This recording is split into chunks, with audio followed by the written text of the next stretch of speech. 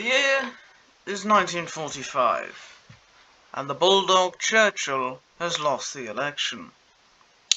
This is our own timeline, and it led to perhaps the single largest scale event of the Cold War, the collapse of the British Empire. So it poses the question, what if Churchill did win the 45 election? So how do we make this happen? Well, let's take a look at a real movement that overcame the 70s Labour Party and make it more prominent within Labour, the radical British left.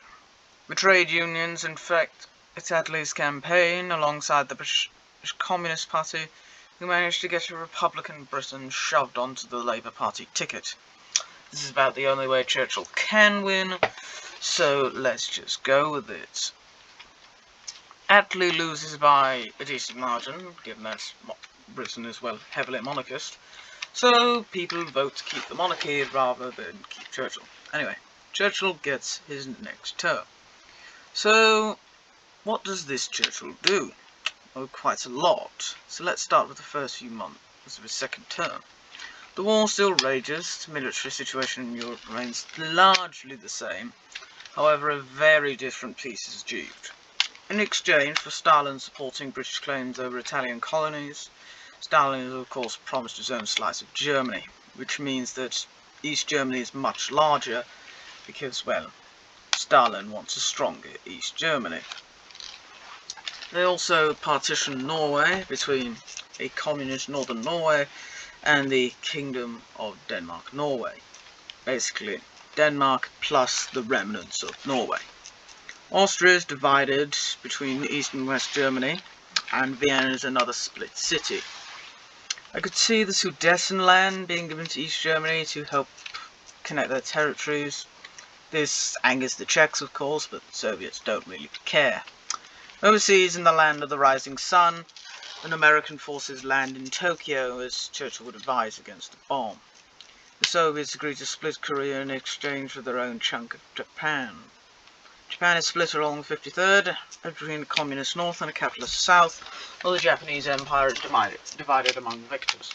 The Chinese Civil War reignites as Mao seizes much of the north, and the British and Americans help to prop up Chiang Kai-shek in the south, establishing a ceasefire line on the Yangtze.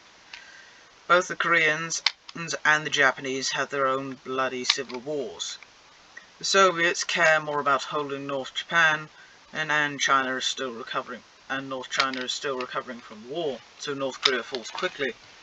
The North Japanese, however, are much more gain a stalemate, largely due to fleeing North Koreans and more Soviet help.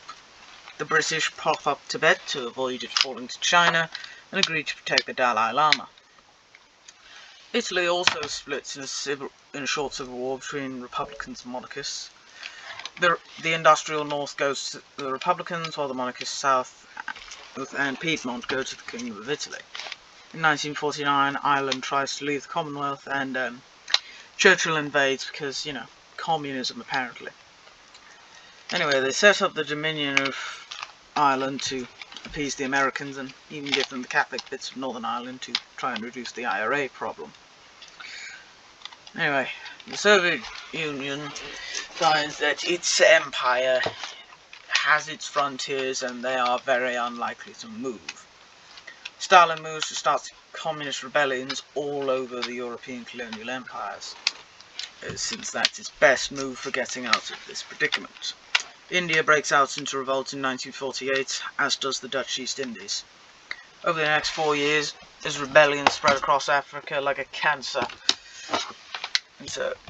from one colony to the next. The only place that maybe isn't affected is Indochina.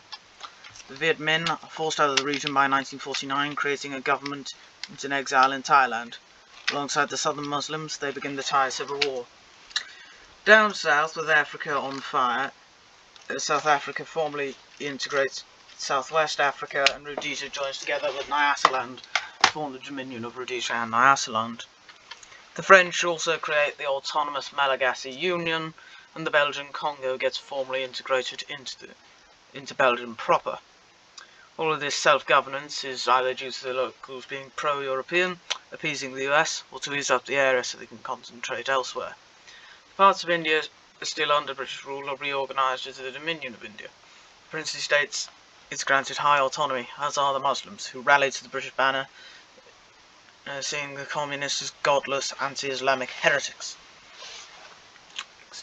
The British managed to hold the south and the north and the area around Bombay, while the communists raged through the centre of the continent. Burma becomes a separate dominion, dominated by the Shan and Karen people ruling class. Not those Karens, the other kind of Karens. Anyway, Britain is financially saved by a wonderful discovery within the lands of Nigeria: oil. And yet further discoveries are made in Kuwait, Qatar, and in the UAE. The British find themselves with the third largest supply on Earth by 1955, though this bumps up to the second largest in the world by 1956, when the Saudis break into a violent civil war between the government in the north, the communists in the south, within the Hejaz in the east. The British unofficially support the communists in exchange for them not supporting the rebels in Oman and keeping the mainline Saudi government absolutely on fire. Part 2 should be out next week. Bye. Also, time to say the thing that every single YouTuber is legally required to say.